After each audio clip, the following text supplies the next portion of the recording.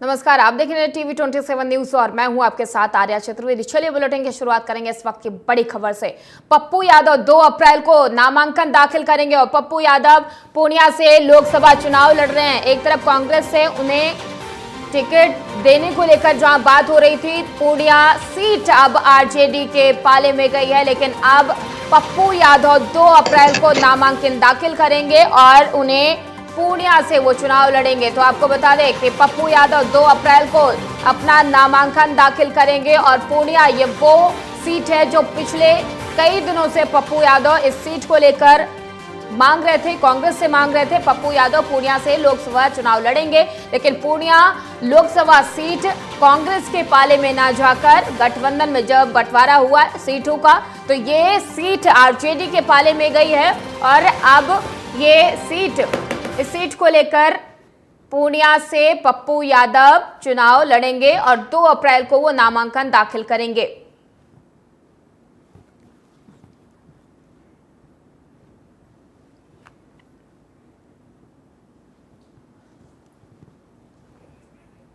तो आपको बता दें कि पप्पू यादव पूर्णिया से नामांकन दाखिल करेंगे।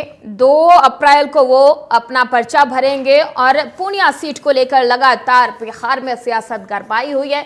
आरजेडी ने अपना प्रत्याशी उतार दिया है, तो दूसरी तरफ कांग्रेस में अपनी पार्टी का विलय कर पप्पू यादव ये सीट चाहते थे और उनके खाते में ये सीट नहीं आई है। उसके बावजूद भी पप्पू यादव अब पूर्णिया से ही नामांकन दाखिल करेंगे। उनके तरफ से एक बयान भी सामने आया था, उन्होंने कहा था कि ये पूर्णिया सीट वो नहीं छोड़ेंगे, चाहे फिर कुछ भी हो जाए। और ये तस्वीरें भी अब लगभग साफ होती हुई नजर आ रही है, क्योंकि 2 अप्रैल को पप्पू यादव पूर्णिया से नामांकन दाखिल करेंगे और एक तरफ आरजेडी ने अपने प्रत्याशी को मीशा भारती को यहां से चुनावी मैदान में उतार दिया है। आरजेडी का अपना प्रत्याशी होगा, कांग्रेस का अपना प्रत्याशी होगा, लेकिन अगर बात बिहार गठबंधन की जाए, इंडिया गठबंधन की, तो यहां सीट बंटवारा हो चुका है। लेकिन पूर्णिया सीट जो पप्पू यादव कई दिनों से मांग रहे थे, पप्पू यादव ने पूर्णिया सीट को लेकर अपनी पार्टी का विलय कांग्रेस में करवाया था और उसके बाद उनकी ये कहा जा रहा था, कयास लगाए जा रहे थे कि कांग्रेस पूर्णिया से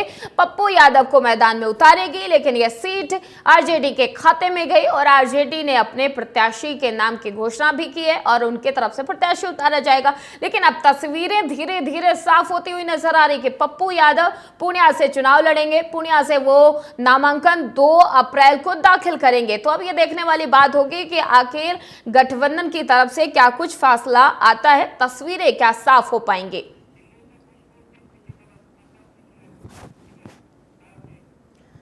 दिल्ली से खुशबू सिंह हमारे साथ इस खबर पर अधिक जानकारी के लिए जुड़ चुके हैं। खुशबू, जिस हिसाब से पूर्णिया सीट को लेकर लगातार सियासत तेज है, एक तरफ कांग्रेस की तरफ से पप्पू यादव को मैदान में उतारना था पूर्णिया सीट को लेकर, लेकिन ये सीट आरजेडी के खाते में चलेगी। अब पप्पू यादव भी 2 अप्रैल को नामांकन दाखिल करेंगे। तस्वीरें क्या कुछ देखने को मिल सकती हैं खुशबू?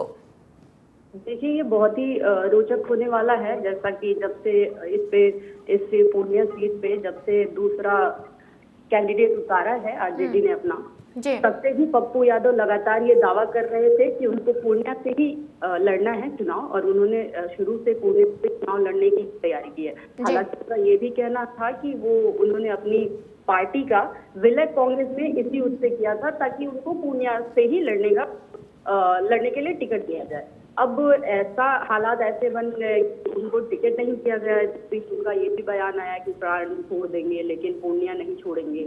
अब उसके बाद वो ये दावा कर रहे हैं कि जो भी हो जाए चुनाव तो वो पूर्णिया से ही लड़ेंगे। अब देखना ये रोचक है कि उनको कांग्रेस पार्टी अपना सिंबल यूज करने देती है या वो निर्दलीय इस चुनाव को लड़ेंगे। बिल्कुल खुशबू, लेकिन सवाल ये खड़ा हो रहा है कि पप्पू यादव ने अपनी पार्टी का विलय कांग्रेस में करवाया है पूर्णिया सीट को लेकर। अगर कांग्रेस कोई बैकफुट पे जाती है तो क्या अब आगे इनका कदम होगा, पप्पू यादव का आगे कदम क्या होगा, या फिर गठबंधन मिलके यानी कि आरजेडी और कांग्रेस मिलके कोई तीसरा रास्ता निकाल पाएंगे? खुशबू, देखिए, हो सकता है कि गठबंधन कोई तीसरा रास्ता निकाले, क्योंकि लगातार पप्पू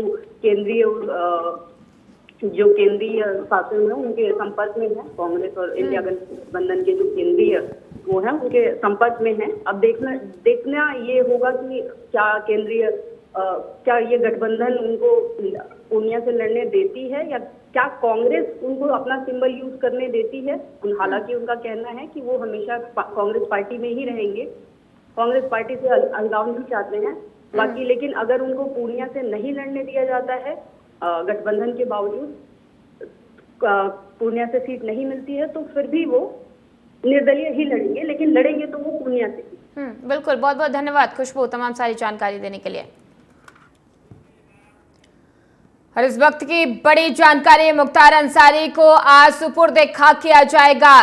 कालीबाग कब्रिस्तान में दफनाया जाएगा मुख्तार अंसारी का शव और पुलिस अधिकारियों ने कब्रिस्तान का जायजा लिया है, मुआयना किया है, सुरक्षा के कड़े इंतजाम किए गए हैं। तो मुख्तार अंसारी को सुपुर्द खाक आज किया जाएगा।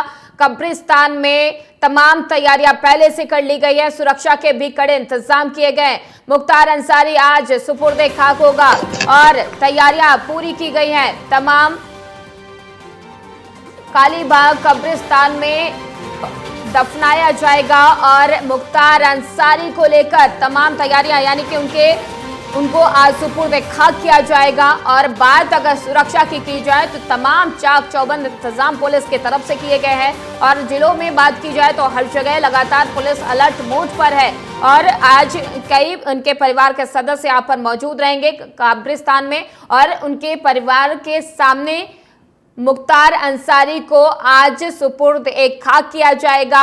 और कल बांदा से शव मुख्तार अंसारी का गाजीपुर लाया गया था और आज लगभग 10 बजे के समय निर्धारित किया गया है। 10 बजे मुख्तार अंसारी को सुपुर्द खाक कब्रिस्तान में किया जाएगा। कालीबाग कब्रिस्तान में पुलिस ने पहले से तैयारियां कर रखी है, सुरक्षा के बीच चाक चौबंद इंतजाम किए गए। तमाम अधिकारियों ने पहले से जाकर कब्रिस्तान में जायजा लिया, निरीक्षण किया और उसके बाद 10 बजे का समय निर्धारित किया गया है। लगभग सुबह 10 बजे मुख्तार अंसारी को सुपुर्द खाक किया जाएगा और उनके पिता के समाधि के पास ही उनको सुपुर्द खाक किया जाएगा। ये जानकारी जो मिल पा रही वो हम आपको बता रहे कि मुख्तार अंसारी को आज सुपुर्द खाक किया जाएगा और उनके परिवार के तमाम सदस्य इस दौरान यहाँ पर मौजूद रहेंगे। तमाम तैयारियां पुलिस की तरफ से की गई हैं, अलग अलग जिलों में तमाम तैयारियां पुलिस की तरफ से की गई है। पुलिस लगातार एक्शन मोड में है। मां की कब्र के पास मुख्तार अंसारी का शव दफनाया जाएगा, ये जानकारी मिल पा रही है और ग्लास चैम्बर में मुख्तार अंसारी का शव रखा गया है। सुपुर्द खाक की तैयारियां पूरी कर ली गई हैं, लगातार तैयारियां जारी हैं और मुख्तार अंसारी के मां की कब्र के बाद उन्हें सुपुर्द खाक किया जाएगा। पुख्ता व्यवस्था की गई है, पूरे सुरक्षा के चाक चौबंद वो हैं, परिवार के लगातार संपर्क में हैं और जो रीति रिवाज है उसके हिसाब से सुपुर्द खाक किया जाएगा। रात शव आके उनके आवास पर रखा हुआ है। लगभग सूचक दृष्टिकोण से कितनी फोर्स? पर्याप्त संख्या में फोर्स है। फोर्स की कोई काउंटिंग नहीं की जाती है, ना बताई जाती है, लेकिन पर्याप्त संख्या में अर्धसैनिक बल, पुलिस बल सभी उपलब्ध हैं। और रात भी लोगों से अनुरोध कर लिया गया था, पुनः हमारी टीमें हर जगह कर रही हैं कि अनावश्यक रूप से भीड़ ना लगाई जाए। जिन लोगों को आना है परिवार की तरफ से कहा गया है, उनके आवास पे वो थोड़ी देर के लिए सब रखेंगे और लोग जाके वहां पे अपना जो संवेदना व्यक्त करने आते हैं तो उनके आवास पे जाके व्यक्त कर सकते हैं। सभी तैयारियां पूर्ण हैं। आप देख सकते हैं कि जो रूट है वो उनके आवास से लेकर कब्रिस्तान का लगभग 900 मीटर का, ये 600-700 मीटर का रूट है और उसकी पूरी मॉनिटरिंग करके हम लोगों ने रूट पे जनाजे के रूट पर फोर्स लगा दी है, मैजिस्ट्रेट्स लगा दिए हैं और लोगों पे नजर रखी जा रही है। व्यवस्था पूरी पूर्ण है और शांतिपूर्ण ढंग से पूरा कार्यक्रम संपन्न है।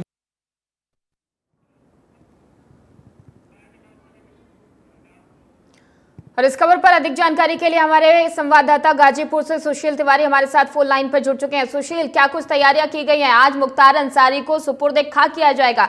सुरक्षा की बात की जाए, क्या कुछ तैयारियां की गई हैं? कब्रिस्तान की स्थिति क्या है? क्या कुछ जानकारी मिल पा रही है सुशील?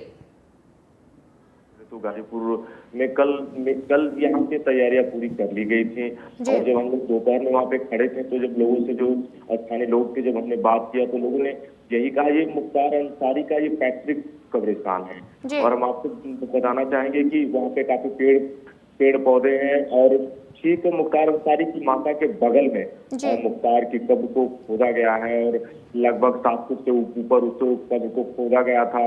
और इसके साथ ही अगर हम सुरक्षा व्यवस्था की बात करें तो गाजीपुर जिले में अगर जो मेन क्षेत्र है गाजीपुर के मोहम्मदाबाद में माफिया डॉन मुख्तार अंसारी का तो चप्पे चप्पे पर अर्धसैनिक बल और पुलिस की पूरी टीम वहां पर लगी हुई है और गश्त भी कर रही है। ये भी हम आपको बताएं, गाजीपुर के एसपी वीर सिंह और गाजीपुर की जो डीएम है इसमें अरिका अखौरी लगातार ये मुआयना कर रही है। पुलिस सचेत है, धारा 144 लगा दी गई है और परिजनों को भी ये साफ कह दिया गया है कि बहुत ऐसे भारी भीड़ का वहां पे लगे आवाज पर ही लोग जाए दर्शन करें। उसके बाद कम लोगों को ही वहां पे जाने की इजाजत है कब्रिस्तान में। और कुछ ही समय के बाद मुख्तार अंसारी की जनाजे बारात वहां से निकलेगी और उसके बाद वह कब्रिस्तान में जाएंगे और वहां पर मुख्तार अंसारी को दफन किया जाएगा। अगर हम मुख्तार की आपसे बात करें तो गाजीपुर जिले में ही नहीं पूर्वांचल में मुख्तार अंसारी एक बड़ा नाम है। कोई माफिया के तौर पे इनको कहता है, कोई मसीहा भी कहता है, लेकिन मुख्तार अंसारी का खौफ बहुत ज्यादा है।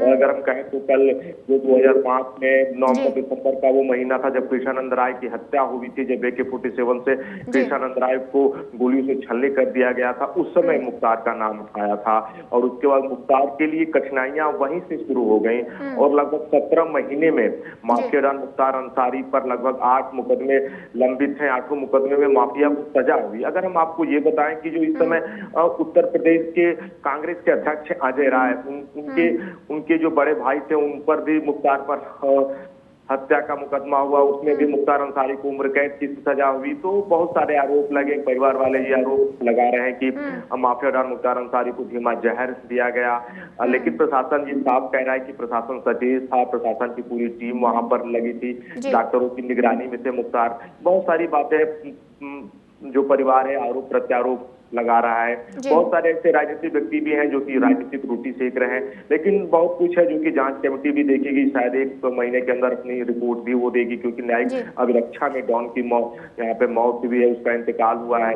लेकिन गाजीपुर में सुरक्षा व्यवस्था में चौकसी बरती गई है और हम कहें कि प्रशासन अपने अलर्ट मूड पर है। और गाजीपुर नहीं पूर्वांचल के विभिन्न जिले में जहां पर माफिया डॉन मुख्तार अंसारी का खौफ था, मैं कहूँ या उसके चाहने वाले थे, मऊ हो, बलिया हो, भदोही हो, गोरखपुर हो, आजमगढ़ हो, जो भी इलाका है मुख्तार का, और सब वहां पे लोग खड़े थे। बहुत दूर दूर से लोग मुख्तार को देखने के लिए आए हैं, लेकिन प्रशासन अलर्ट है और 10 बजे जो जानकारी मिल पा रही है कि मुख्तार अंसारी को दफन किया जाएगा।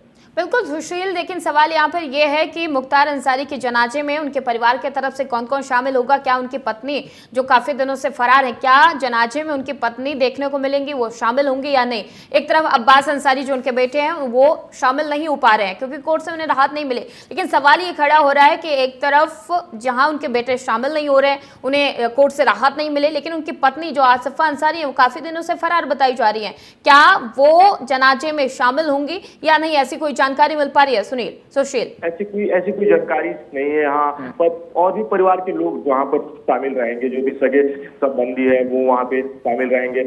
और मुख्तार के बेटे ने माननीय न्यायालय से गुहार लगाई थी, लेकिन ऐसा हो नहीं पाया और माननीय न्यायालय ने उसे रोक दिया। लेकिन और भी जो भी है, मनु अंसारी है, अफजाल अंसारी है, सिगतुल्लाह अंसारी है, ये लोग वहाँ पर शामिल रहेंगे। कुछ और लोग हैं वो भी शामिल रहेंगे। और इसमें अगर कहूँ गाजीपुर जिले में जैसे ही लोगों ने सुनी कि मुख्तार अंसारी का इंतकाल हो गया है, गाजीपुर जिले में पूरा हड़कंप मच गया। लेकिन तारीफ करनी होगी, मैं अगर आपसे कहूँ, और जो भी सूबे की मुखिया हैं, योगी आदित्यनाथ, उन्होंने साफ ही संकेत दिया है कि प्रशासन पूरी तरीके से सावधानी बरते। और अभी जब गाजीपुर के एसपी से हम लोगों की बात हुई तो उन्होंने कहा कि हालात सामान्य है और सब पर बारीकी नजर रखी जा रही है। और गाजीपुर जिले में सुरक्षा की पूरी तरीके से चौक चम्मच व्यवस्था की गई है। अगर मैं आपसे ये बता दूं कि जो शहरी इलाके हैं वहां पर भी पुलिस का फ्लैग मार्च है, PSC लगी है, सशस्त्र सीमा बल के जवान लगे हैं। और अगर मैं कहूं जहां मुख्तार अंसारी को दफन किया जाएगा, वहां से जो मुख्तार अंसारी का फाटक है लगभग 8 या 900 मीटर जो रेंज है, वहां पर पूरी तरीके से फोर्स जो है ना वो छावनी में वहां पे तब्दील कर दिया गया है, बैरिकेडिंग लगा दी गई है। आम लोगों को सिर्फ 2 पहिया वाहन कुछ वहां पे आपको देखने के लिए मिलेंगे, जो कि प्रेस के वाहन है, नहीं तो ऐसा कुछ नहीं है। लोगों को बिल्कुल सुशील, तमाम सुरक्षा की तैयारियां की गई हैं, पुलिस भी चाक चौबंद इंतजाम पुलिस की तरफ से किए गए। बहुत बहुत धन्यवाद सुशील तमाम सारी जानकारी देने के लिए।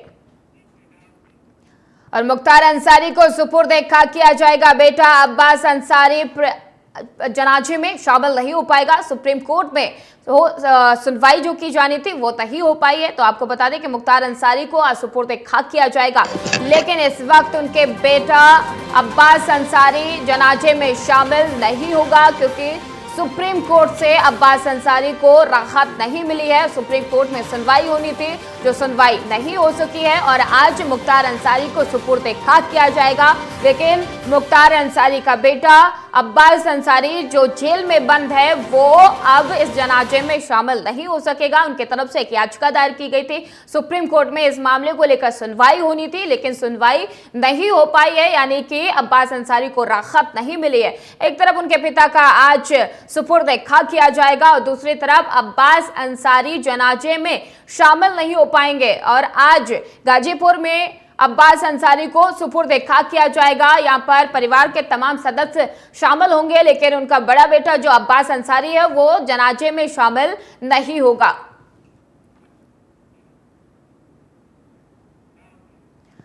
सीएम डॉक्टर मोहन यादव आज इंदौर दौरे पर रहेंगे। रंग पंचमी पर आयोजित कार्यक्रम में सीएम डॉक्टर मोहन यादव शामिल होंगे। करीला धाम मेले में शिरकत करेंगे, जानकी मंदिर में पूजा अर्चना भी करेंगे। तो सीएम डॉक्टर मोहन यादव आज इंदौर दौरे पर हैं, वहां पर जानकी मंदिर में वो पूजा अर्चना भी करेंगे। तमाम तैयारियां की गई हैं, सुरक्षा के बीच चौबंद इंतजाम किए गए। जानकी मंदिर में पूजा अर्चना सीएम डॉक्टर मोहन यादव करेंगे। सीएम डॉक्टर मोहन यादव आज इंदौर दौरे पर हैं। तमाम कार्यक्रमों में आज सीएम डॉक्टर मोहन यादव शामिल होंगे।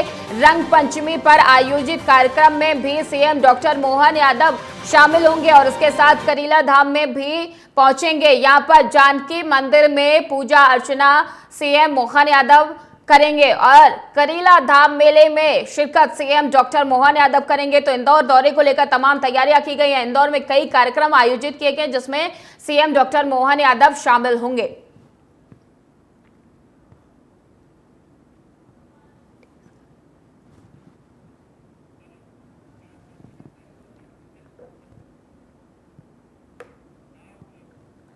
और इस खबर पर भोपाल से ब्यूरो नीरज श्रीवास्तव हमारे साथ जुड़ चुके हैं। नीरज जी, जिस हिसाब से तैयारियां की गई हैं, इंदौर दौरे पर हैं सीएम, क्या कुछ तैयारियां, क्या क्या कार्यक्रम हैं जिनमें शामिल होंगे? देखिए, आज रंगपंचमी का त्योहार है और कहीं ना कहीं इंदौर और भोपाल, यहाँ पर होली के बाद रंगपंचमी का जो त्योहार है वो काफी धूमधाम से मनाया जाता है। तो इंदौर में कहीं ना कहीं काफी धूम इस त्योहार की रहती है और 72 साल से जो एक कार्यक्रम इंदौर में आयोजित किया जाता है पुरानी गैर, वहां पर जो है आज मुख्यमंत्री डॉक्टर मोहन यादव शामिल होंगे, उस कार्यक्रम में शिरकत करेंगे और जो रंगपंचमी का जो त्योहार है जो इंदौर वासी मनाने वाले हैं उनके साथ में आज कहीं ना कहीं होली खेलते हुए नजर आएंगे। और इसके बाद आज मुख्यमंत्री डॉक्टर मोहन यादव जो है इंदौर में जो बद्रीनाथ मंदिर है जो नरसिंह बाजार में है और वहाँ से जो निकलने वाली जो गैर जो रैली है यानी कि जो होली का जो उत्सव है उसमें शामिल होने वाले हैं। इसके अलावा 2 बजे लगभग भोपाल पहुंचेंगे और भोपाल से अशोकनगर के करीला धाम के लिए रवाना होंगे और करीला धाम में जो एक भव्य मेले का आयोजन किया जाता है वहां पर पहुंचकर माता जानकी के दर्शन करेंगे। बिल्कुल, बहुत बहुत धन्यवाद नीरज तमाम सारी जानकारी देने के लिए। और आज 5 हस्तियों को भारत रत्न मिलेगा। राष्ट्रपति द्रौपदी मुर्मू भारत रत्न से इन 5 हस्तियों को सम्मानित करेंगे। राष्ट्रपति भवन में सुबह 11 बजे कार्यक्रम का आयोजन किया गया है। राष्ट्रपति द्रौपदी मुर्मू भारत रत्न से 5 हस्तियों को आज सम्मानित करेंगे। राष्ट्रपति भवन में सुबह 11 बजे कार्यक्रम आयोजित किया गया है। 5 हस्तियों को आज भारत रत्न मिलेगा और राष्ट्रपति द्रौपदी मुर्मू इन 5 हस्तियों को आज सम्मानित करेंगे। रंगपंचमी पर जहां संपूर्ण क्षेत्र रंग गुलाल से सराबोर होकर होली मनाने में मशरूफ रहता है, वहीं दूसरी ओर बाबा गरीबनाथ की पावन नगरी अवंतीपुर बड़ौदिया के रहवासियों द्वारा संत शिरोमणि बाबा गरीबनाथ का पुण्य स्मरण किया जाता है। मान्यता है कि बाबा गरीबनाथ के समाधि स्थल पर वो उनकी आराध्य देवी के दर्शन मात्र से भक्तों के सच्चे भाव से की हुई समस्त मन्नतें पूर्ण होती हैं। इसी को लेकर हमारे संवाददाता अशोक मीणा ने तहसीलदार से खास बातचीत की। आइए देखते हैं ये खास रिपोर्ट। जिले के अवंतीपुर बड़ौदिया में आए हैं, जहाँ पे बाबा गरीबनाथ की समाधि है और ये काफ़ी प्राचीन स्थल है और यहाँ पे कई प्रकार के चमत्कार होते हैं, मनोकामनाएं पूरी होती है। तो मेरे साथ में है यहाँ पे जो मंदिर समिति के सचिव है महेंद्र सिंह सोनी जी, उनसे चर्चा करूँगा, उनसे जानना चाहूँगा कि किस प्रकार से यहाँ पे चमत्कार होते हैं और कैसी मनोकामनाएं पूरी होती है। मान्यता है कि बाबा गरीबनाथ ने यहाँ पर 1345 संवत में जीवित समाधि ली थी। इसके पश्चात यहाँ के तीर्थ यात्रियों को लगभग आज से 700-800 साल पूर्व तीर्थ यात्रियों को गंगा घाट सौरव जी में उत्तर प्रदेश में अचानक साक्षात गंगा घाट पर दर्शन दिए।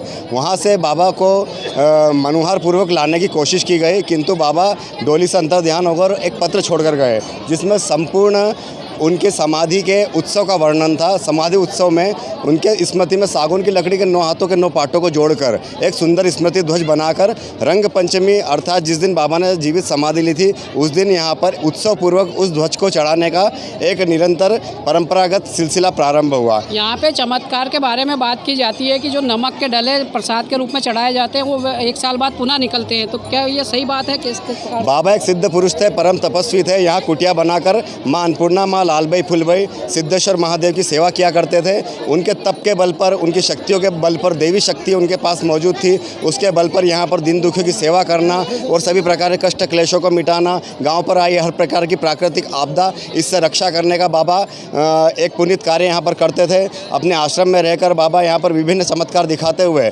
दिन दुखियों की सेवा करते हुए अचानक समाधि लेने का उन्होंने निर्णय लिया था। समाधि के पश्चात जब बाबा की निर्देशानुसार उनकी स्मृति में सागौन की लकड़ी से निर्मित 9 हाथों के 9 पाटों को, अर्थात एक समय पर यह पाट आज से 100 साल पूर्व, इससे पूर्व 100 फीट के हुआ करते थे। अब समय के अनुसार इसके ज्वाइंट बढ़ाकर लगभग 85 फीट ऊंचा स्मृति ध्वज है। चमत्कार कैसे होता है यहाँ पे? चमत्कार के बारे में बताइए। इस स्मृति ध्वज को रंग पंचमी दिन सुबह ब्रह्म मुहूर्त में उतारने की प्रक्रिया प्रारंभ होती है, जब ध्वज को उतार लिया जाता है। इसके पश्चात यहाँ पर पिछले वर्ष जो सामग्री पान के हरे पत्ते के ऊपर नमक के कुछ टुकड़े रख के और एक नारियल रखकर मनौती के रूप में जो मनोकामना है वो बाबा के समाधि स्थल के पावन गड्ढे में डाली जाती है।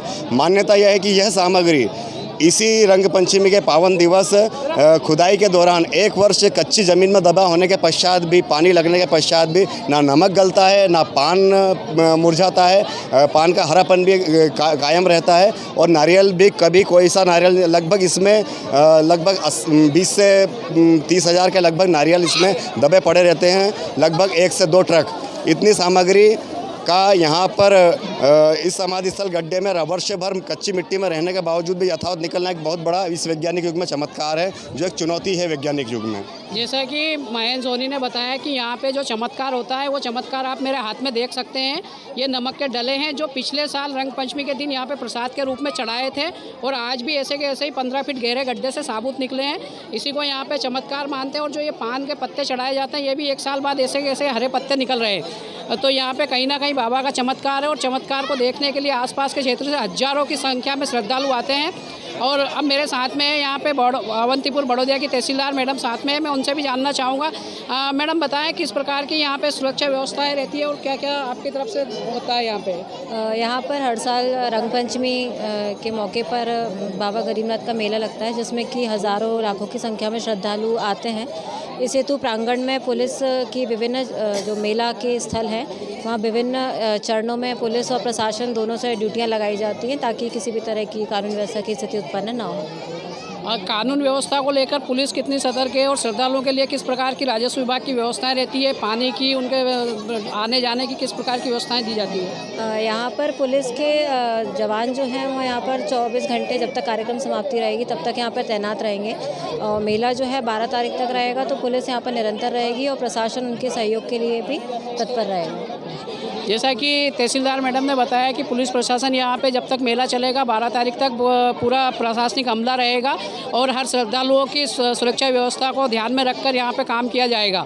और आप भी देख सकते हैं और यहाँ पे ये जो चमत्कार है उस चमत्कार को देखने के लिए यहाँ पे हज़ारों श्रद्धालु आते हैं और हम भी इस चमत्कार को देखने के लिए आज यहाँ पे हमारी टीम पहुँची है, ग्राउंड रिपोर्ट करने के लिए पहुँची है। हमने भी कई बार सुना था लेकिन जो हकीकत है उसको दिखाने के लिए हम भी ग्राउंड ज़ीरो पर आए हुए हैं और ग्राउंड ज़ीरो से से हम रिपोर्ट कर रहे हैं तो आप देख सकते हैं कि 1 साल पुराने नमक के डले हैं जो 15 फीट गहरे गड्ढे में थे, आज तक ऐसे के ऐसे ही साबुत है और यही बाबा गरीबनाथ का चमत्कार है। अशोक मीणा, TV 27 शुजालपुर। और फिलहाल बुलेटिन में इतना ही। देश और दुनिया की तमाम खबरों के लिए देखते रहिए TV 27 न्यूज़।